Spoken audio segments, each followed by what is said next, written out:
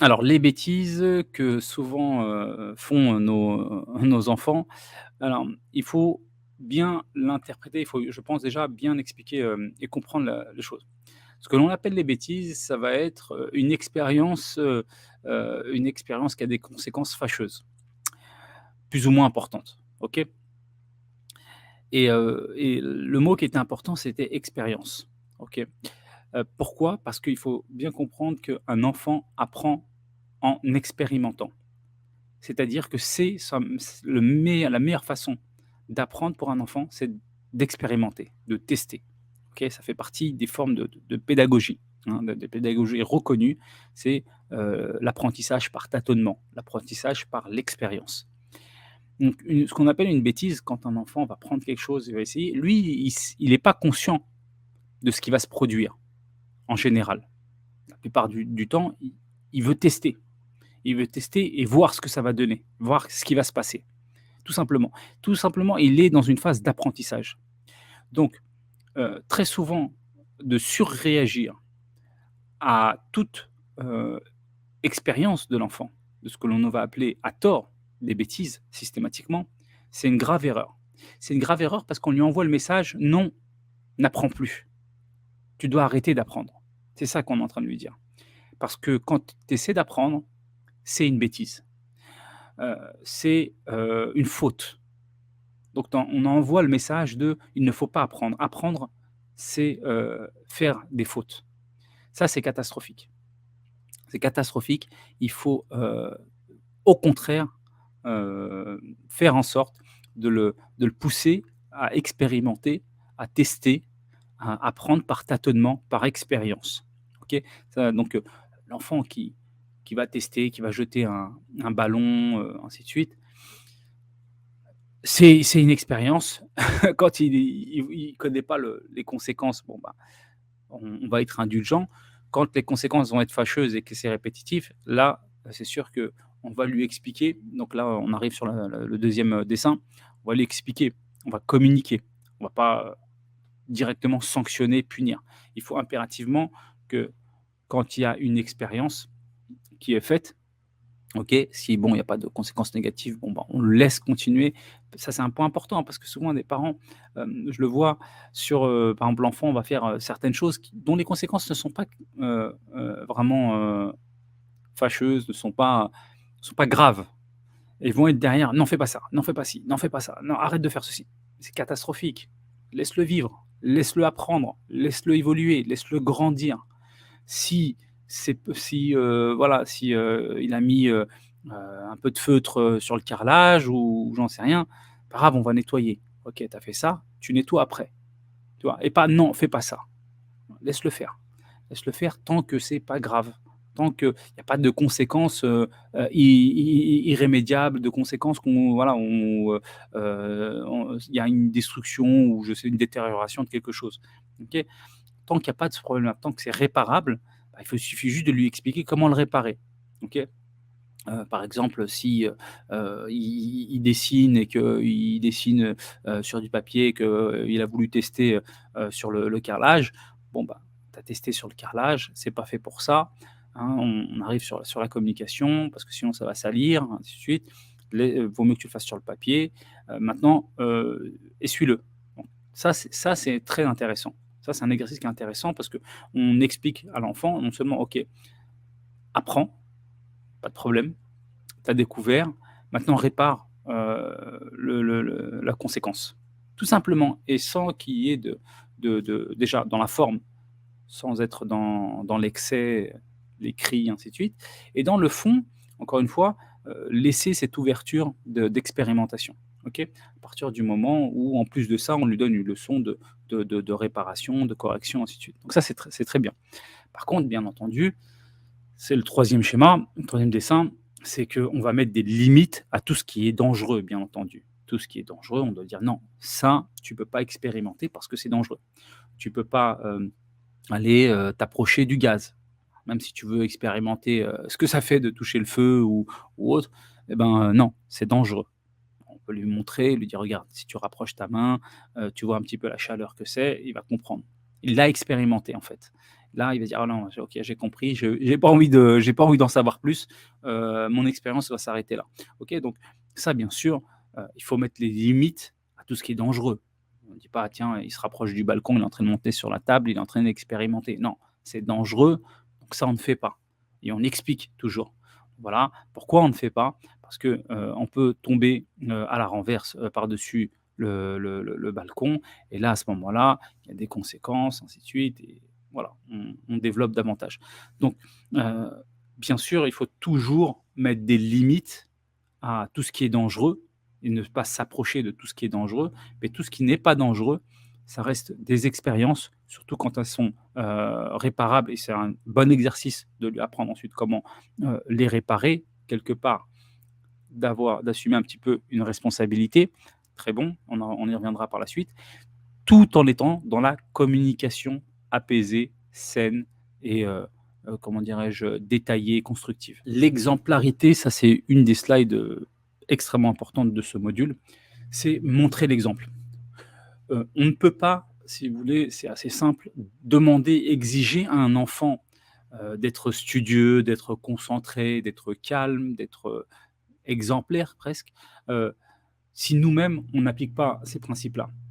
Si nous-mêmes, par exemple, on rentre à la maison, on est scotché sur des vidéos, sur son smartphone et autres et de l'autre côté, on demande à notre enfant de lire. Et à un moment, il y a un problème. Ça ne marchera pas. Ça ne marchera pas parce que l'enfant, encore une fois, apprend par tous ses sens. Ce qu'il entend, OK, vous dites ça, très bien, et ce qu'il voit, mais tu m'as dit ça, mais je vois ça. Tu me dis quelque chose et je vois autre chose. Donc ça, c'est bien se mettre ça en tête. Vous êtes le premier professeur de votre enfant et encore plus, quand vous faites l'école à la maison. Parce que certes, vous êtes à la fois, le parent et à la fois l'enseignant, OK? Mais quand, vous êtes, parent, vous êtes également il y a une forme de en tant que parent, même si on ne fait pas l'école à la maison, il y a une forme d'enseignement par l'exemple, par ce que vous faites, OK? Parce que donc du coup, ce qu'il observe. Parce qu'on a dit qu'encore une fois, il apprend par tous ses sens et donc si vous voulez quelque chose de votre enfant, vous devez vous-même l'appliquer en premier, OK? Je vais vous donner un exemple concret. Moi, ce que j'ai fait pendant de nombreuses années, même si, j'avais la place d'avoir un bureau, à l'étage supérieur, j'ai volontairement mis, mon bureau où je passe pas mal de temps, dans le coin du salon. OK? On y reviendra sur, l'organisation, de la maison, de la journée, ainsi de suite dans un autre module. Mais, juste pour illustrer, cette exemplarité, pourquoi je l'ai mis dans le coin du salon? À la fois, bon, pour vous voyez et pour pouvoir, éventuellement échanger avec, les enfants lorsqu'ils ils souhaitaient me solliciter et surtout, c'est pour qu'ils voient, au quotidien que voilà, une journée, de travail, de concentration, voilà, d'implication sur un travail, sur un projet et en fait, ça paraît comme ça anecdotique de dire ça, mais je savais que c'était pas un détail. Je savais que c'était très important parce qu'en fait, je leur transmettais un exemple, un message et donc du coup, on y reviendra sur les autres modules sur l'organisation de la journée, quand ils descendent le matin, bah, ils voient déjà que, par exemple, leur père, dès le matin est déjà sur son ordinateur en train de travailler, ben, eux, tout naturellement, responsables, ils gèrent leur petit déjeuner et ensuite ils vont directement, également à leurs différents ateliers, leurs différents, postes et commencer à travailler. Pourquoi? Sans même, communiquer, parce que, ils ont l'exemple. Certes, ça leur a été dit, communiquer l'organisation de la journée, mais au-delà de ça, ça devient normal parce qu'ils le voient au quotidien. OK? Donc ça, c'est extrêmement important. Si bien que même les jours où, par exemple, je vais me réveiller tard parce que je suis malade ou passer une nuit, voilà, j'ai fait une grasse mat, ou des choses comme ça, et ben, même si je suis pas là, c'est naturel. Ils vont le faire sans même qu'on communique parce que, pour eux, c'est normal. Ça devient normal. Ce qu'ils voient au quotidien l'exemple et devient le modèle normal. Ça devient la normalité. S'il voit un parent qui joue, qui ne contrôle pas ses émotions, qui passe son temps à être dans le jeu, soit de la télévision, de smartphone, ainsi de suite, il fera la même chose. C'est pas la Vous pouvez dire ce que vous voulez, vous pourrez expliquer ce que vous voulez, il suivra votre exemple. Parce que ce qu'il voit, hein, c'est une source d'apprentissage et c'est la normalité. Donc ça, c'est très important. OK. Le deuxième schéma, c'est, de consacrer du temps. C'est important de pouvoir échanger au quotidien avec l'enfant lorsqu'il vous sollicite. Alors au début, quand il est jeune, la sollicitation elle est fréquente, mais plus il grandit, si le travail a été bien fait, on y reviendra notamment sur la responsabilité, et plus l'enfant devient indépendant, autonome, et les sollicitations se font moins fréquentes. OK, elles existent toujours, et c'est important qu'elles existent, et c'est pour ça qu'il faut que un des parents ou les 2 idéalement puissent être disponibles à ces sollicitations pour pouvoir répondre clairement aux questions à chaque fois que la parole est adressée, une question est posée, ainsi de suite. Donc ça, c'est important pour moi de communiquer et donc de consacrer du temps. C'est la deuxième raison pour laquelle j'ai pu avoir personnellement moi la chance de pouvoir, comme je fais beaucoup de travail sur ordinateur, donc travailler à la maison, et donc du coup de pouvoir échanger pas mal avec eux. Enfin, troisième point, qui me semble déterminant, c'est, un environnement apaisé, zen. C'est-à-dire que, on est dans un environnement, on y reviendra pour l'environnement riche, lorsqu'il est, apaisé. Lorsque l'enfant ressent, de la tranquillité, de l'amour, de la disponibilité en plus, et un apaisement, eh bien, ça va le pousser davantage et il se sent sécurisé, et quand un enfant se sent sécurisé, il a encore plus, de concentration, envie de se concentrer sur son travail. Qué Même un adulte d'ailleurs, quand il n'est pas sécurisé, quand il est, dans un environnement incertain, il est forcément moins concentré. OK? Si, si vous, je sais pas, vous devez, chasser, ou enfin, je sais pas, n'importe, vous devez faire quelque chose, mais que vous devez forcément systématiquement tourner la tête parce que vous sentez éventuellement un danger, ou une forme de stress même. Admettons, on vous demande de réaliser une tâche, et vous avez une grosse pression, ainsi de suite, hem, ça va, inhiber. Donc vous inhibez, et chez l'enfant, c'est beaucoup plus puissant. C'est beaucoup plus fort chez l'enfant, cette sensation-là, et donc du coup, ça va le bloquer. Alors que si, il ressent un environnement apaisé et zen, c'est quoi? C'est que, on n'est pas dans une, si déjà les parents ils sont pas dans une course à la richesse, course au matériel, bah, forcément, ils sont plus détendus, et si ils sont plus détendus, ça va se ressentir, l'enfant va le ressentir, et donc lui-même sera plus apaisé, et donc lui-même sera plus concentré sur son travail. C'est là où je veux en venir, en fait. C'est ça qui est important. C'est, si on est là dans notre vie, à courir dans tous les sens, parce qu'on veut un maximum de matériel, parce que, bah, du coup, forcément, on se met un maximum de pression, et cette pression-là, après on peut dire: «Oui, il faut contrôler ses émotions», ainsi de suite. Forcément, ça complique la tâche heu, du parent, parce qu'il s'est mis dans une situation où il est sous pression. Donc après, appliquer tout ce que je dis dans ce module-là, bah, forcément il y a la théorie, mais dans la réalité, dans la pratique, ça va être complètement différent, sans parfois même que le parent s'en rende compte. Parce qu'il se met dans une situation qui est, anxiogène, qui est stressante, qui est, à tous les points de vue, extrêmement, sous pression, et ça, on va pas se le cacher, hein, c'est notamment dû à cette, course aux richesses, à cette course, du matérialisme, qui n'est pas indispensable contrairement à ce qu'on croit. C'est juste que la société nous pousse vers ça, et on pense que, avoir, 30 paires de chaussures, c'est indispensable, avoir, la dernière marque, le dernier modèle de véhicule, c'est indispensable, sinon on n'arrive pas à vivre, et ainsi de suite, et ainsi de suite, et j'en passe. Et donc du coup, bah, on se met dans ce système-là, on se met dans ces conditions. On n'est pas apaisé, on n'est pas zen, ça se ressent chez l'enfant, et lui-même il n'est pas apaisé, pas zen, donc beaucoup moins concentré pour travailler et pour, avancer dans ces différentes, tâches. Responsabiliser, je pense que c'est, pareil, un des slides les plus importants de ce module avec l'exemplarité. le fait de responsabiliser ses enfants. C'est extrêmement puissant et important. Alors puissant, je vais, vous le dire dans ce premier slide. On a cette dame, donc professeure, à l'université américaine de Stanford, très grande université américaine, madame, Holmes, qui a donc, présenté son étude qu'elle a faite. Donc elle est, donc professeure à Stanford et aussi auteure de livres sur l'éducation.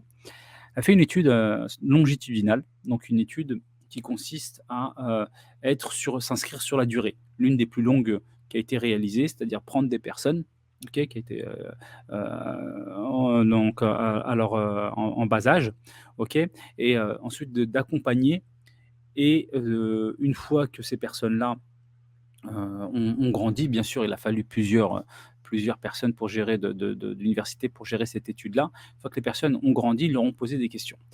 Alors cette étude avait pour objectif d'analyser les raisons du succès.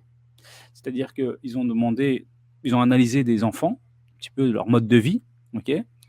Et 60 ans, 70 ans plus tard, ils sont revenus vers eux, donc une fois que ces enfants étaient, donc âgés, et ils leur ont dit, voilà, ils ont fait une étude en disant, voilà: «Comment jugez-vous, votre vie? Est-ce que vous êtes satisfait de ce que vous avez réalisé? Est-ce que» voilà, tout un tas de questions en rapport avec, le succès personnel et le bonheur, atteint, dans leur vie personnelle à chacun. OK? Donc, ils ont fait une sorte, de classification, OK, selon les personnes qui jugeaient avoir, réussi leur vie ou pas, ainsi de suite, et ils ont analysé leur mode de vie quand ils étaient enfants, et ils sont arrivés à la conclusion suivante, assez surprenante, mais en réalité, pas tant que ça.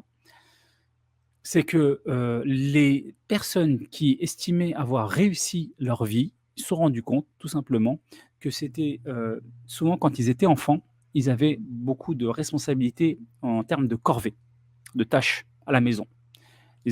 Plus les enfants ont des corvées, des tâches à réaliser à la maison, donc étaient responsabilisés, et plus, eh bien, ils avaient de probabilités de réussir leur vie. En tout cas, ce que eux appellent la réussite de la vie. Bien sûr, cette définition, elle varie chez chacun, mais en tout cas, d'après leur analyse, une fois qu'ils demandent à chacun comment tu juges ta vie, eh ben, ils ont fait ils ont trouvé ce lien, le fait que, avoir des responsabilités jeune, avoir donc des tâches à réaliser, responsabiliser l'enfant, et en grandissant, ils devenaient, bien, plus responsables et donc plus à même à réussir leur vie. Alors comment on analyse ça?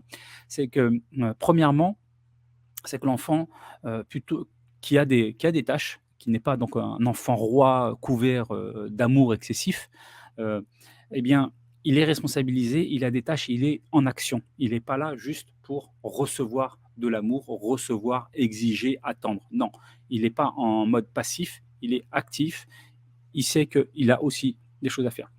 Justement, il a une tâche, il sait qu'il a une tâche à réaliser. Donc on y reviendra sur justement les différentes tâches qu'on peut avoir à la maison pour un enfant. Ça peut être du rangement, ça peut être, par exemple, de participer à la cuisine, ça peut être, de sortir le linge, voilà, d'étaler le linge, voilà, de faire du pliage et ainsi de suite. Voilà, donc il y a tout un tas de tâches, on y reviendra un peu plus, par la suite, dans le détail. Donc il sait qu'il a une liste. Il sait que dans sa journée, qui est, bien organisée, il a donc, un moment où il doit, faire, un petit peu d'exercice, de cours, de leçons, et l'après-midi, c'est un peu plus free, mais il a certaines tâches à réaliser, et c'est rien d'autre que ce qui se passe dans la vie finalement. Dans la vie, d'un adulte, eh bien, on est là, on doit être, dans l'action. Celui qui est passif, ben, subit sa vie, et du coup a du mal à atteindre ses objectifs ou est très peu ambitieux. Ensuite, on a une liste de tâches à réaliser, on a une organisation, assez précise où on doit réaliser, ces tâches-là. Si on ne les réalise pas, ben, forcément, bien sûr, ça se répercute, sur nous-mêmes.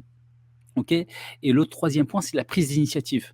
L'enfant, se rend compte qu'il n'est pas là que pour, encore une fois, que le monde qui l'entoure soit à son service, mais que lui, il peut apporter des choses. Il peut dire: «Tiens, là, j'ai vu que, je sais pas, il y a des ordures, ben, je vais les sortir. Là, la chambre est mal rangée», sans même que le parent interviennent, il va de lui-même, comme il a compris qu'il y a des tâches à réaliser et qu'il les fait, et ben, de lui-même, il va prendre des initiatives et il va se dire: «Voilà, là, la chambre, elle est pas rangée, il faut que je la range. Je vois bien que moi, j'ai pas besoin qu'on me le dise, je vais le faire de moi-même» et du coup, cette prise d'initiative, pareil, c'est, cette prise d'initiative qui se, répétera quand il sera plus grand et qui sera que, bah, voilà, par exemple, il a une situation, où il a envie d'atteindre un objectif, il va prendre de lui-même ces objectifs-là. Ça peut paraître comme ça, être des petits détails, mais ça ne l'est pas du tout. Parce qu'on on lui apprend à travers ce sens de la responsabilité, à travers ces tâches ménagères, d'être responsable, de prendre des initiatives, d'avoir des actions à réaliser et de pas simplement être en mode je reçois et j'exige et j'ai des droits mais pas de devoirs. Donc ça, c'est un point qui est très important. Je vous invite à regarder sa vidéo qui est un peu plus détaillée que ce que je viens de vous dire. Je vous mettrai le lien en description. Responsabiliser. Alors, donc, moi, en étant de par ma carrière, de par, mes expériences professionnelles et mes entreprises, j'ai rapidement compris, j'en parle beaucoup, qu'il faut, responsabiliser donc, son équipe pour que le business et que la société deviennent autonomes, deviennent ce que j'appelle moi, un business automatique. C'est-à-dire j'essaie d'automatiser, par exemple, mon activité pour faire en sorte que ma présence ne soit pas indispensable. C'est ça ma spécialité, on va dire, dans mes différentes activités. Du coup, j'applique la même chose dans l'éducation, c'est-à-dire que je fais en sorte, comme on dit, apprends à pêcher plutôt que de donner du poisson. Dit autrement, tu vois, par exemple, pour illustrer ce que je viens de dire, pour pas qu'on se dise, tiens, c'est des méthodes managériales, entrepreneuriales dans l'éducation. Non, l'idée, c'est vraiment de responsabiliser et de faire en sorte que, l'enfant, il soit autonome. C'est ça, en fait. C'est de viser l'autonomie. L'autonomie, en lui donnant bien sûr tous les outils, hein, pour qu'ensuite il puisse le faire. Je donne un exemple concret. L'enfant souvent, il pose des questions, par exemple sur, des phénomènes. Par exemple, je vais dire n'importe quoi, pourquoi le ciel il est bleu, ainsi de suite. Donc là, on va toujours, donner un premier élément de réponse et ensuite on va, ce que je disais souvent, on y viendra sur tout ce qui est, cours, pédagogie et leçons. On va multiplier les sources d'informations. Donc le parent, va donner un 1 élément de réponse dans un premier temps. Puis ensuite, deuxième élément de réponse, c'est de dire: «Bah, tiens, c'est un sujet qui t'intéresse, on va, probablement, le retrouver, sur une vidéo, YouTube, d'un documentaire ou, C'est pas sorcier» ou, voilà, il y a tout un tas de chaînes, d'émissions qui analysent, qui expliquent des phénomènes scientifiques, physiques et autres et qui sont très bien faits, qui sont très bien expliqués, autant les utiliser. Le parent, bien sûr, donne toujours comme je disais, un premier élément de réponse pour bien expliquer, bien clarifier les choses. Pour aller plus loin, on va lui donner une deuxième source d'information et pour ensuite encore plus le responsabiliser, le rendre autonome, c'est, souvent par exemple quand tu me poses une question: «Tiens, ça veut dire quoi ça?» ou, «Tel mot, quelle est la définition de tel mot?» alors je peux lui dire, mais si par exemple je n'ai pas la réponse, heu, ce que j'ai fait très rapidement, c'est que, ils ont on en parlera dans l'organisation de la journée, ils ont un coin, ordinateur, heu ils peuvent ouvrir leur ordinateur, montrer le principe de Google, faire la recherche d'eux-mêmes et ensuite d'avoir la réponse à leurs questions, soit via l'ordinateur, soit via une tablette. OK? Ça, c'est important parce que, tout simplement, ce que tu lui inculques, c'est de dire, tu as un manque d'informations sur un sujet, tout est disponible. OK? Bien sûr, si les choses ne sont pas claires, si, s'il y a il y a un besoin de clarifier, d'expliquer, le parent est toujours, disponible, mais il y a énormément de choses que tu peux rechercher par toi-même et comprendre par toi-même. Si bien que, ben, ça va lui servir toute sa vie, cette démarche-là et vous, en plus, ça vous allège. Ensuite, deuxième point, c'est ce qu'on vient de dire juste précédemment, pour le responsabiliser, on va multiplier, les tâches, OK? Donc ça se fait au fur et à mesure, bien sûr, en fonction de l'âge de l'enfant. Quand il est tout jeune, 3 4 ans, on va lui demander simplement de ranger, ce qu'il vient de faire. Par exemple, il a fait un puzzle, on va lui demander de ranger le puzzle. Il a joué avec quelque chose, on va lui demander de ranger, le jouet avec lequel il a utilisé, voilà, des choses comme ça. Et après, au fur et à mesure qu'il grandit, bien, on va lui rajouter des nouvelles tâches. Donc là, nous, ils ont 9 ans, 7 ans actuellement et 4 ans. Donc les plus grands, vont, par exemple, dresser la table, faire le linge, la plus grande parfois, elle va même, balayer ou passer l'aspirateur d'elle-même d'ailleurs, souvent parfois même, heu, on ne va pas lui demander, et elle va le faire, et ainsi de suite. Participer à la cuisine, voilà, tout un tas de tâches, ménagères qui soulagent finalement les 2 parents qui ont, et surtout, mon épouse en l'occurrence, qui a déjà pas mal de choses, et il faut impérativement que l'enfant, encore une fois, il faut pas sous-estimer les capacités de l'enfant. Il y a un grand problème, c'est que souvent on sous-estime, on croit juste c'est des joues à bisous, et oui, c'est agréable, mais ils sont capables de faire, beaucoup de choses, beaucoup plus qu'on ne le croit. Il faut simplement, leur donner les moyens, leur expliquer, et ensuite ils peuvent le faire sans problème. OK? Donc ça, c'est important, et à la fois, comme on l'a vu précédemment, ça les responsabilise, ça leur développe énormément leurs aptitudes qui leur seront utiles par la suite tout au long de leur vie, et à la fois ça nous soulage nous, en tant que parents, d'avoir, des tâches, qui sont, voilà, on n'est pas obligé de passer, chaque fois derrière et de tout faire à leur place. Donc ça, c'est très important, et je pense même qu'à terme, ils seront même capables de faire beaucoup de choses, par exemple de cuisiner assez rapidement, des choses sans même que, on le fasse, nous-mêmes en tant qu'adultes. Bon, voilà, c'est pour donner un petit peu les différentes tâches. Ça, c'est très important. Après, je voudrais parler du favoritisme. C'est un peu une problématique qui arrive souvent. Par exemple, on va trouver plus d'affinité avec un enfant parce qu'on aura repéré que, il a certains traits de caractère qu'on apprécie beaucoup, ou certains traits de caractère qu'on a en commun avec cet enfant, plus qu'avec un autre. Ça arrive souvent, on le voit je le vois souvent, beaucoup aussi entre le père et la fille, et la maman et le fils. Beaucoup aussi, il y a aussi un autre biais qui est souvent dans nos sociétés à nous, maghrébines ou africaines, c'est, de mettre une forte pression, responsabilité sur le premier enfant, et le dernier tout relâcher. Je sais pas pourquoi. Le dernier, c'est free, c'est le dernier, donc il faut absolument, rien lui dire, ensuite c'est catastrophique. C'est catastrophique, c'est parce que c'est extrêmement injuste, que ce soit, par exemple par rapport aux garçons et aux filles, d'être inégal. C'est extrêmement injuste, même entre le 1 et le dernier, et ça fait naître des sentiments vraiment, négatifs, et c'est pas bon pour la relation, entre le parent et son enfant. Je pense qu'il faut absolument pas être, injuste. Il y a pas pire que l'injustice.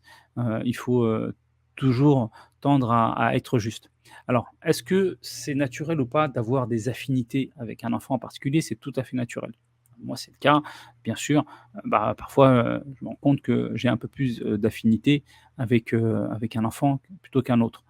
Oui, mais j'essaie au maximum, encore une fois, de sortir de l'émotion, c'est ce qu'on disait, précédemment, et d'être raisonnable, d'être conscient de ça, de dire: «OK, attention, heu, ça risque de se voir», donc du coup, d'aller, plus souvent, vers peut-être l'enfant où avec qui j'ai peut-être un peu moins d'affinité, et de forcer davantage et de montrer beaucoup plus, finalement, parce que je sais que parfois, je vais le faire avec l'autre de manière plus naturelle, sans m'en rendre compte, et donc du coup, il faut que je fasse beaucoup plus d'efforts avec, l'enfant ou c'est avec qui, j'ai moins d'affinité.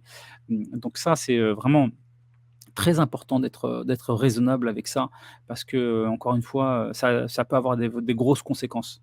L'injustice, c'est vraiment quelque chose qui est insupportable pour tout le monde, et donc du coup, il faut pas que l'enfant le ressente, encore moins dès le plus jeune âge, et que ça accompagne, ça traverse tout au long de son enfance et de son adolescence. Mais ça, on l'a tous naturellement, OK? Donc c'est pour ça qu'il faut vraiment, je voulais, faire un point là-dessus. Il faut vraiment faire très attention, et vraiment se faire en sorte que, l'éducation, c'est de les accompagner, chacun avec leurs qualités et leurs défauts, OK? À se développer, à être un être, un adulte épanoui, et du coup, il faut être le plus juste possible.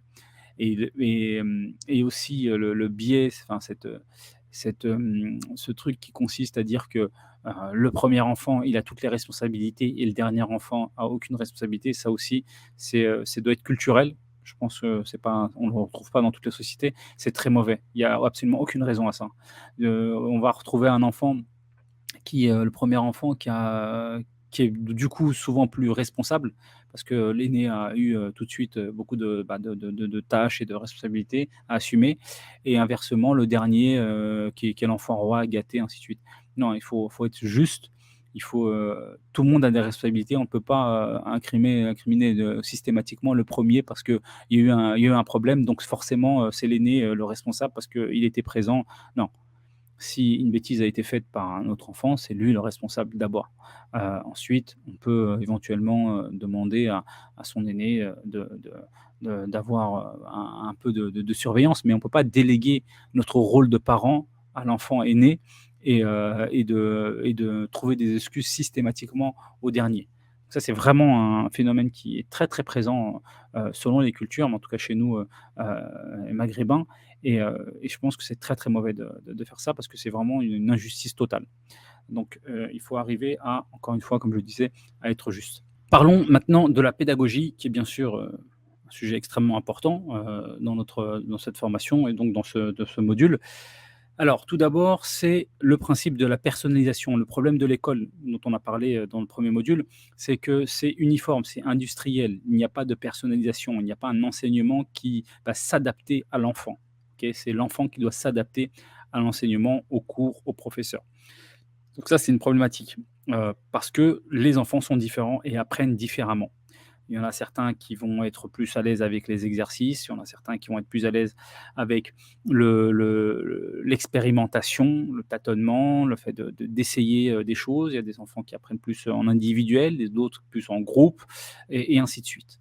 Donc, il y a vraiment, différentes approches. Pour cela, il faut observer, essayer de de d'analyser un petit peu le comportement de notre enfant, de voir un petit peu quel est, là où il est le plus à l'aise et essayer d'aller dans ce sens. Alors c'est bien entendu, pas évident, mais par exemple, moi je le vois par exemple sur, 2 de mes filles, une est plus à l'aise dans les sciences, l'autre est plus à l'aise dans tout ce qui est littérature, lecture. Donc ça, c'est important déjà d'avoir un profil, et de comprendre rapidement les choses. Pourquoi? Parce que sinon, hem, on va avoir tendance, par exemple, si moi je suis porté, sur les mathématiques, admettons, et que je juge l'intelligence, ce qui est une grave erreur bien sûr.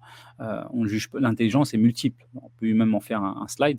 On a une intelligence académique, donc voilà, savoir calculer, mais une intelligence sociale, comment on interagit avec les gens, et contrairement à ce que l'on croit, c'est une intelligence qui est extrêmement puissante.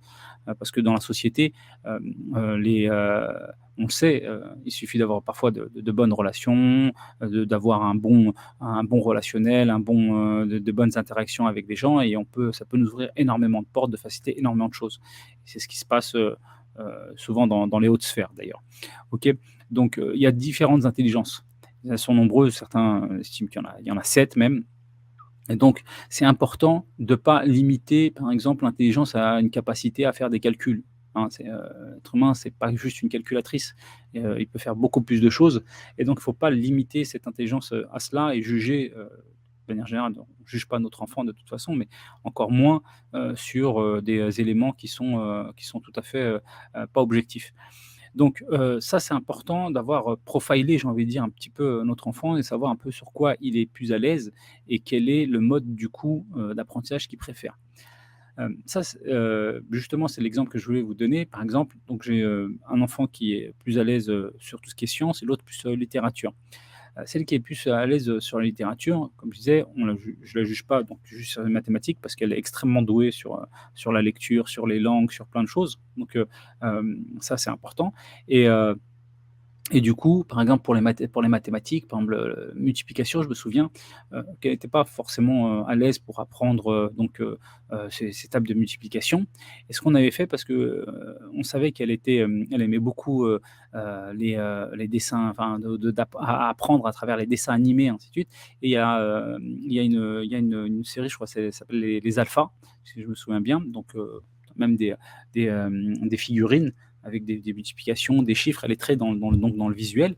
Elle a appris et il y avait un dessin animé pour apprendre les multiplications. Donc il lui dit voilà, le petit bonhomme, 4 fois 3, quand il se renverse, il tombe dans l'eau, donc ça fait, 12, et elle a appris toutes ces tables de multiplication en l'espace de, je crois, d'une journée ou 2 journées. Elle connaissait toutes les tables de multiplication. juste parce que, elle a regardé, des dessins animés qui lui expliquaient donc les multiplications à travers du dessin animé et c'était terminé. Alors que tu avais beau, essayer de lui expliquer, avec, des feuilles exercices, ça serait pas passé.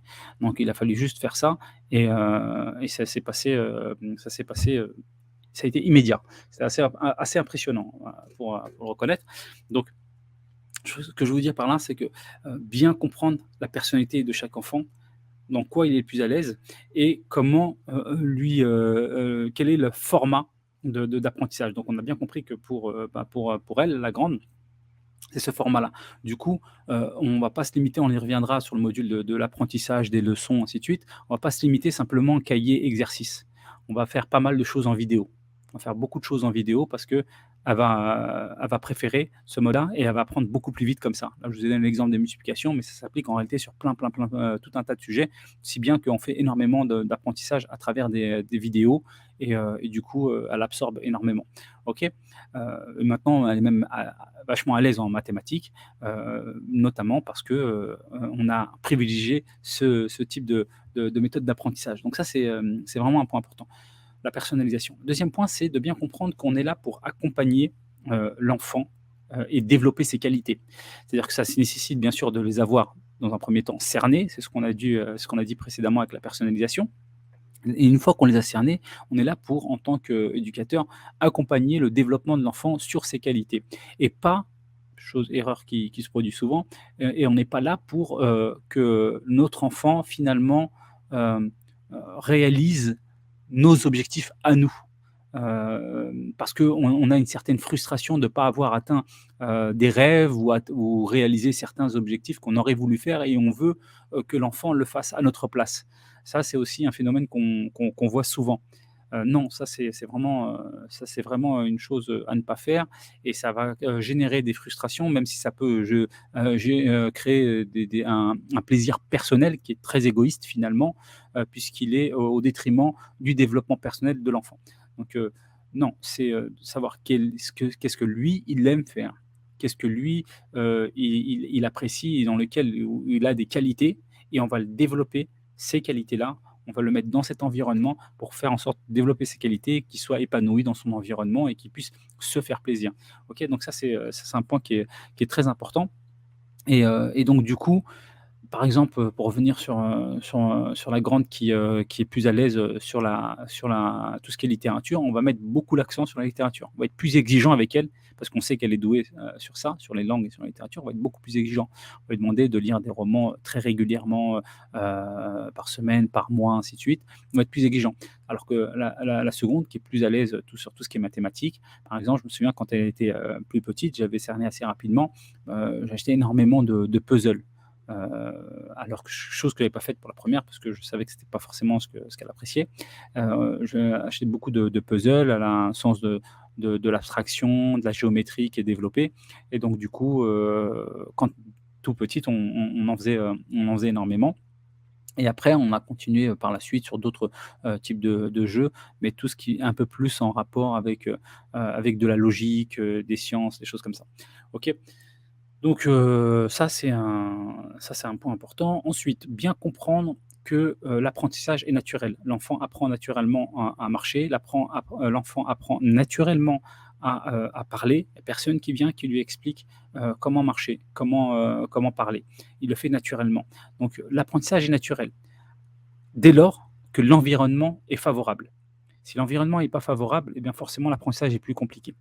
Donc ce qu'il faut simplement, c'est de faire en sorte de lui offrir un environnement, qui est riche, qui est composé d'un grand nombre d'activités variées pour solliciter ses différentes intelligences et développer ses capacités.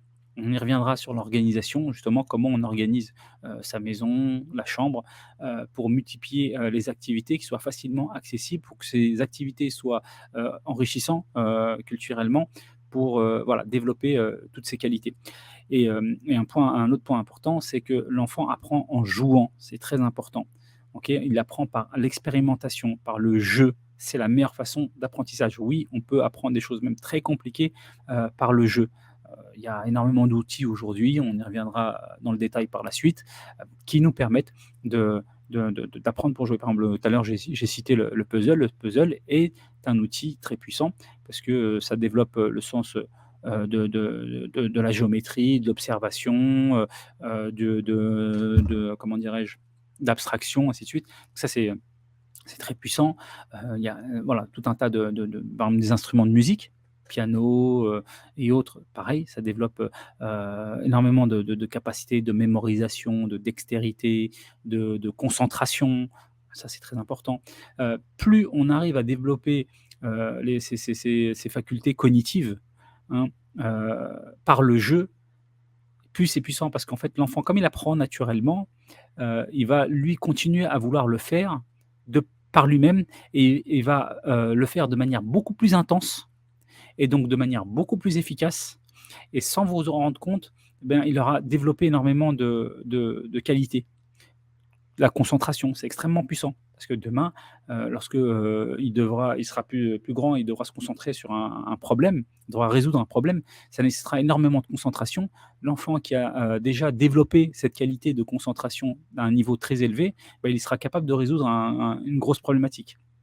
Pareil pour l'abstraction, la géométrie, les échecs, par exemple, on y reviendra sur les activités extrascolaires. Quand nous, ils font beaucoup d'échecs, ça développe leur concentration, ça développe leur réflexion, ça développe leur stratégie, ça développe tout un tas comment dirais-je, de qualités qui seront utiles par la suite en tant qu'adulte dans un environnement professionnel ou pas. OK? Donc il y a énormément voilà, de jeux, hein, qui permettent de développer ces qualités et sur lesquels il faut s'appuyer. Parce que encore une fois, l'enfant apprend par le jeu, beaucoup plus et du coup, par la même occasion développe ses qualités.